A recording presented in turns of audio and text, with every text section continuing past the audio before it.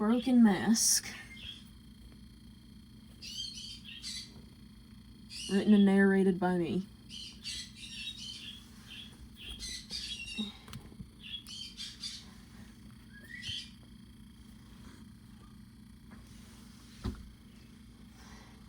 Hold on just 1 second.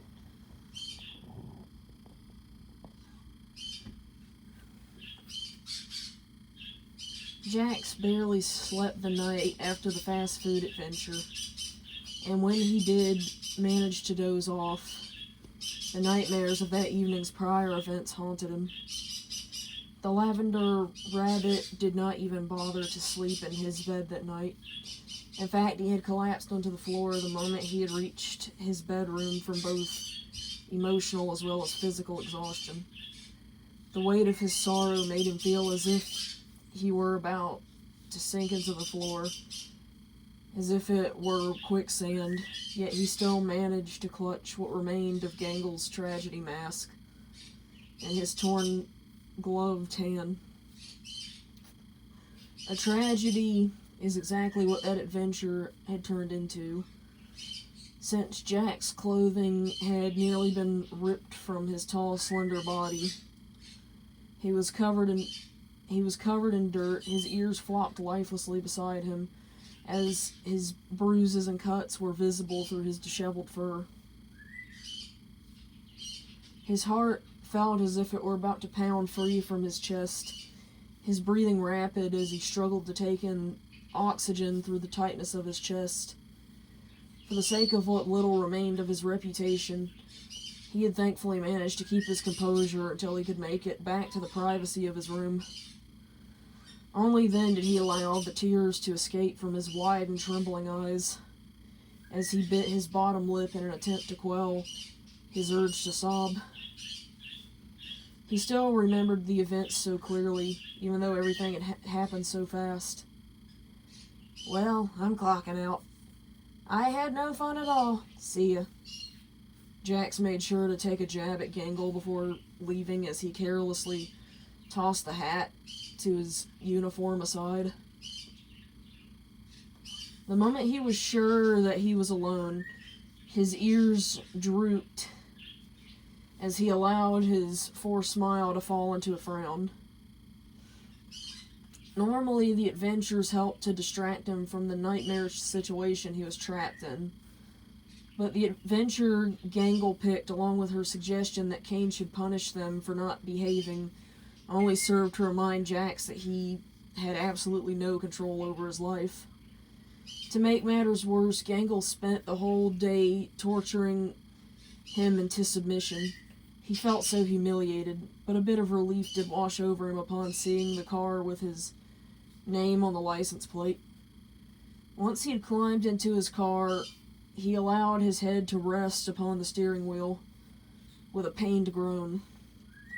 He thought back to when Gangle had forced him to watch that training video, and how afraid he felt when her mask began to flicker across the screen, switching from comedy to tragedy, then back to comedy again.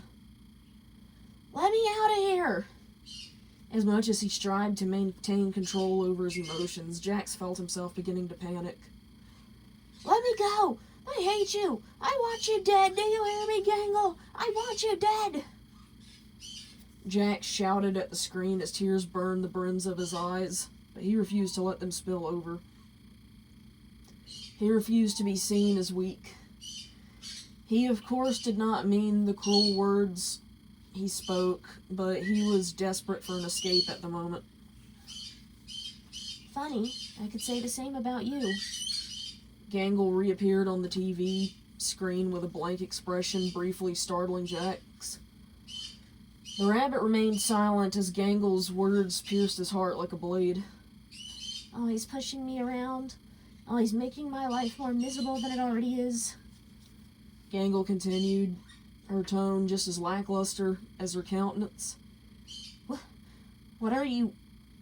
Jax began with mild confusion as he thought back to what he could have possibly done to offend Gangle that badly. "You mean my pranks? Come on, Ribbons. You know it's all in good fun. I prank everyone." Jax argued, his tone just a bit more gentle. Do you really think any of us enjoy your little pranks? Gangle began with a wry chuckle, unable to contain her own disdain for Jax any longer. If you only knew what the others been saying about you when you're not around. We all despise you. Suba wishes every day that you would be the next to abstract. Even Pomni is uncomfortable around you. And she just got here. Gangle continued, secretly taking pleasure in the way Jax seemed to visibly crumble. She could feel his body sink into her restraints, even though she could not see the tears he was fighting back in the dim lighting. No, you're lying. She could tell by the way his voice quaked that she'd finally struck a nerve, and she was enjoying every moment of breaking her tormentor. Ragatha. He breathed out the name of his secret crush in an attempt to remind himself that there were people in the circus who cared for him. She had always been a comfort to everyone around her, after all. She even tried to comfort him at times. She's always hated you. She confided that in me many times. Gangle informed him of Ragatha's true feelings about him. No, it isn't true. Jax tightly closed his eyes in order to prevent any tears from escaping. Kinger, he whimpered softly, as he remembered when he had first arrived at the circus. He was only 10 years old when he had first been trapped within his digital prison. He was terrified until Kinger and his wife Queenie were kind enough to take him in as their adopted son. He's always blamed you for his wife's abstraction. Gangle added, only to smirk when this revelation had provoked Jax to release an audible gasp. He tried to reassure himself that Kinger would never say such a thing, especially since he had been hurt trying to stop his mother figure from abstracting, but the very idea that Kinger was capable of thinking such a thing about him still hurt him deeply. Get back to work. Gangle then instructed with a sick sense of justice before releasing Jax from her torture chamber. Jax tried to reassure himself that Gangle was only blowing off steam, until he remembered what Ragatha had said to him almost immediately after. Yo, Jax, I hate you, but I don't want you to hate me. Is that weird? Ragatha practically giggled as she lied limp on the restaurant's filthy floor. You're drunk or something. Jax attempted to reassure himself as he with as uncaring of a demeanor as he could muster, that Ragatha did not mean what she had just said to him, even though he felt his heart shatter. He pinched the bridge of where his nose should have been with a grunt, breathing deeply to keep his sorrow from escaping from his tear ducts. He knew he would have to return to the circus's center soon, and he really did not want anyone to see him in such a vulnerable state.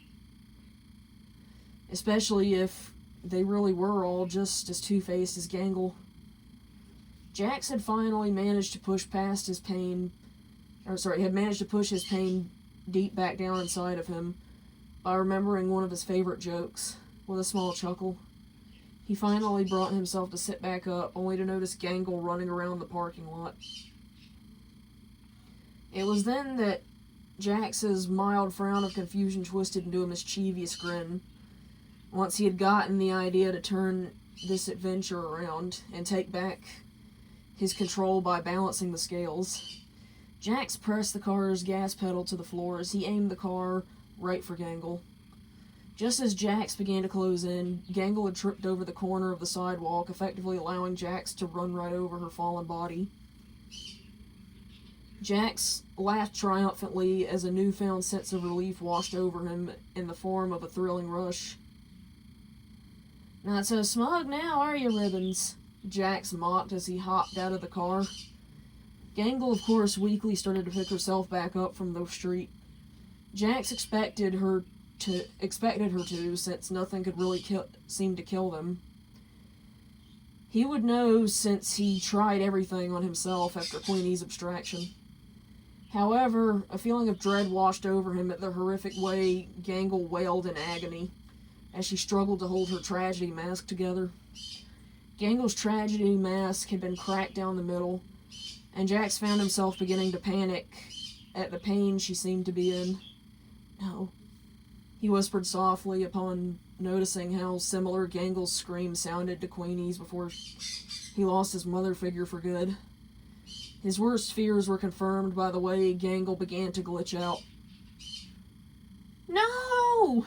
A few tears escaped as Jax began to rush towards Gangle's aid. Everything around him feeling as if it were in slow motion. "What did you do? Get away from her!" Zubul demanded as they restrained Jax from possibly harming Gangle further for all they knew. "Gangle!"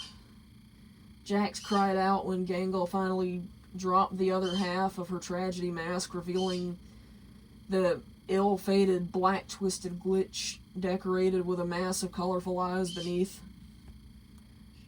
The commotion had provoked Pomni to rush out of the restaurant just in time to see Gangle fully abstract. Shortly after the newly abstracted Gangle had attacked, she unleashed all of her anger on mostly Jax, of whom did not even try to fight back.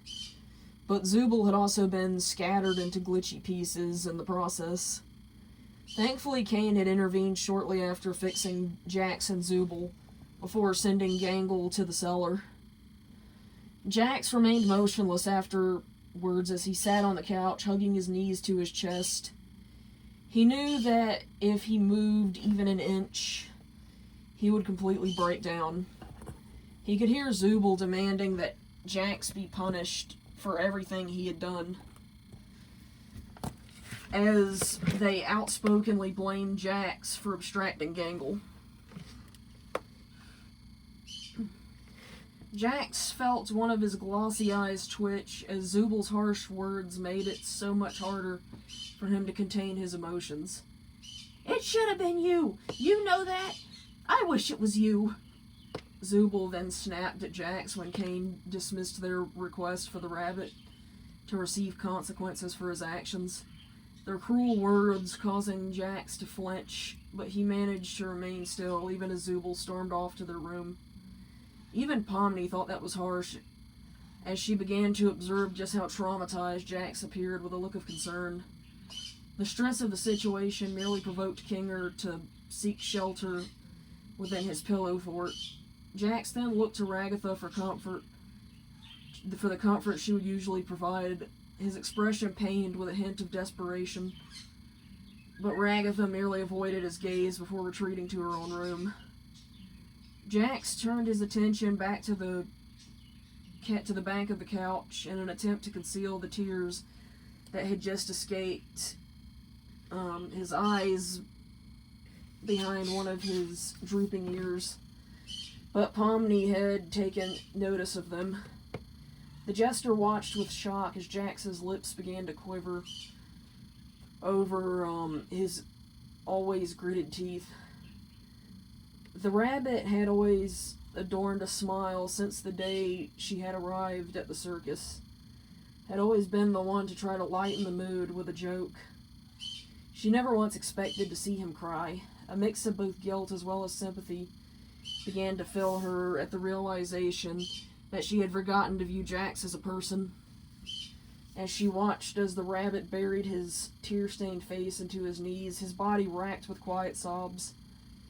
She reached out a hand to his shaking shoulder and for just a moment considered comforting him, since he seemed to not even realize she was there, until she remembered how much the rabbit had picked on her since she had arrived.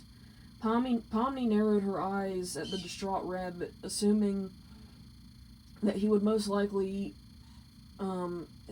most likely to take his pain out on her before retreating to her own room. However, she did not spare the violet rabbit an unsure glance before disappearing down the corridor that contained their bedrooms.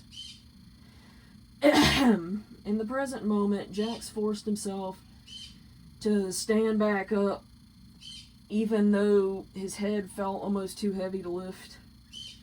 He then stared up at the ceiling for a brief moment, still clutching the shattered remnants of Gangle's tragedy mask. He knew it needed to be done as he forced himself to leave the room, no longer caring who saw his tears. He no longer cared what the others thought of him, when it was clear that everyone at the circus thought so little of him. Pomni emerged from her own room at the sound of Jax's door opening, since she had been unable to sleep as well.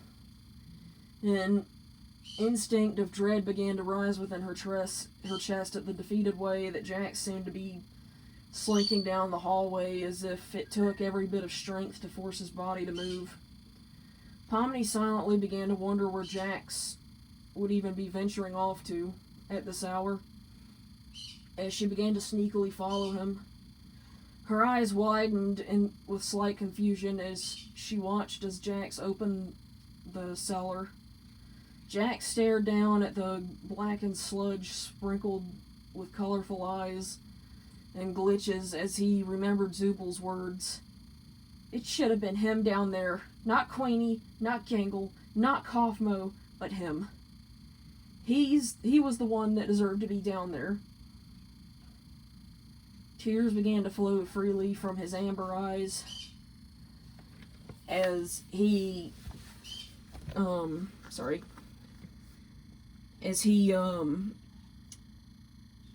I lost my place. As he first tossed Gangle's mask fragment into the checkered blackness, his paw sliding dangerously over the edge. It did not take Pomni long to break into a run upon realizing what Jax was thinking of doing next. The last thing you want to do in this world is make someone feel like they're not loved or wanted. Kinger's words haunted the jester as she slipped on the tile floor and fell to the ground. "Jax!" she shouted after the rabbit, but the intensity of his sorrow rendered him deaf to her desperate cries. Closing his tear-filled eyes, Jax merely allowed himself to fall forward into the darkness, the cold and static nearly gripping him until he felt someone grab his hand. Now dangling above the circus's mass graveyard, Jax's teary eyes blinked open in shock as he looked back up at the cellar's door, only to see Pomni attempting to pull him back up.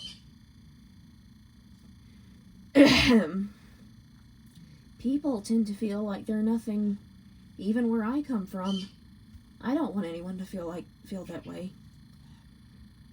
As Pomni stared deeply into Jax's broken eyes, she could not help but think back to her conversation with Gummy Goo.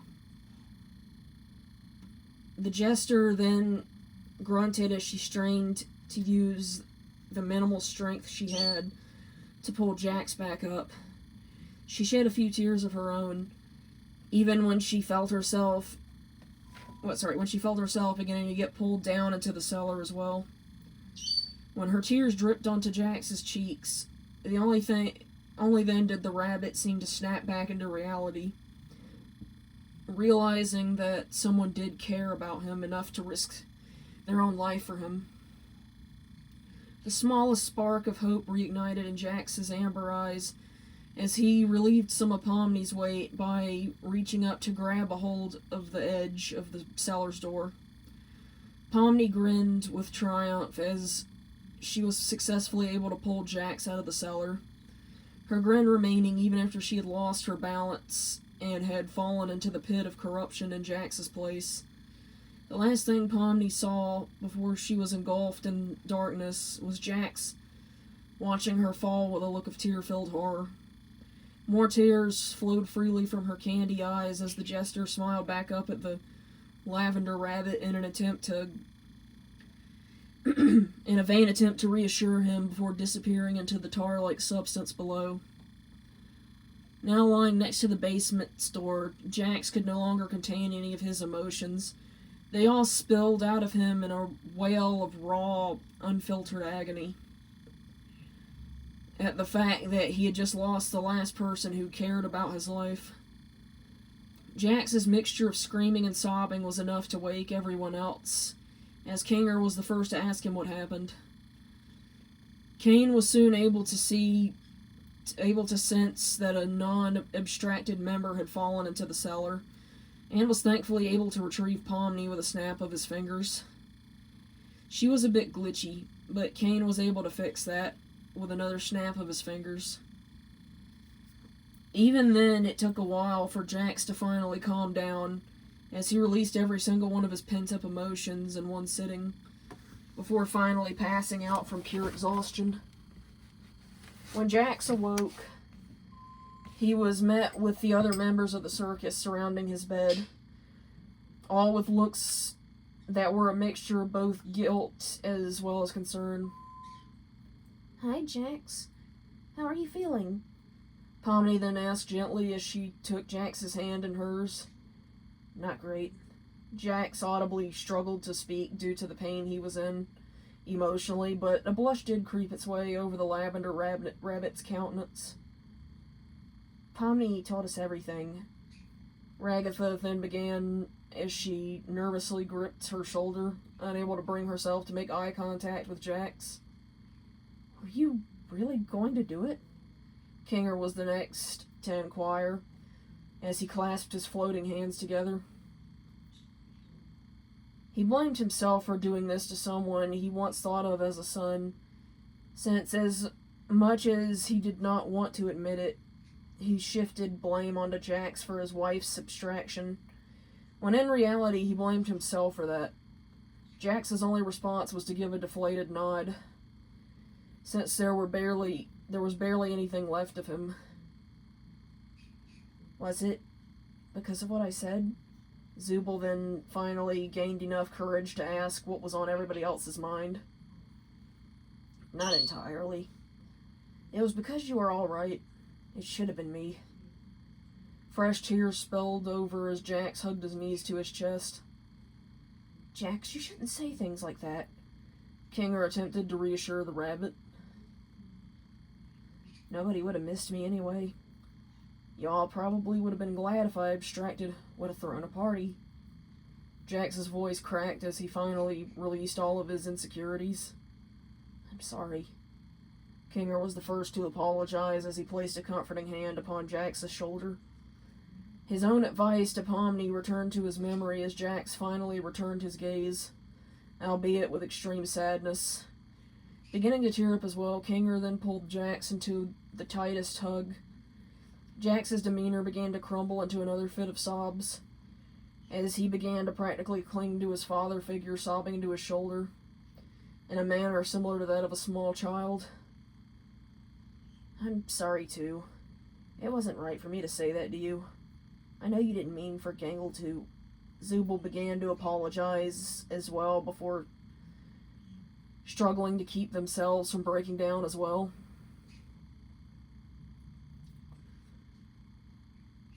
You were just doing what you always do, trying to lighten the mood, Ragatha added. I can always pull back a little. Jax then offered, somewhat deflated as his ears drooped. However, he then perked up once Pomni had grabbed his hand again. No!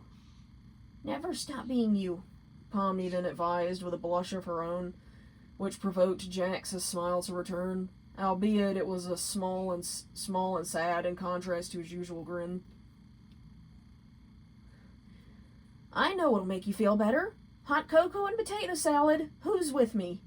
Kinger then happily suggested before rushing off to the circus's kitchen. Ragatha and Zubul chimed in with agreement as they followed the giant chess piece. Pomni and Jackson gave each other one more small, warm smile as they joined the others, holding hands all the while. The end.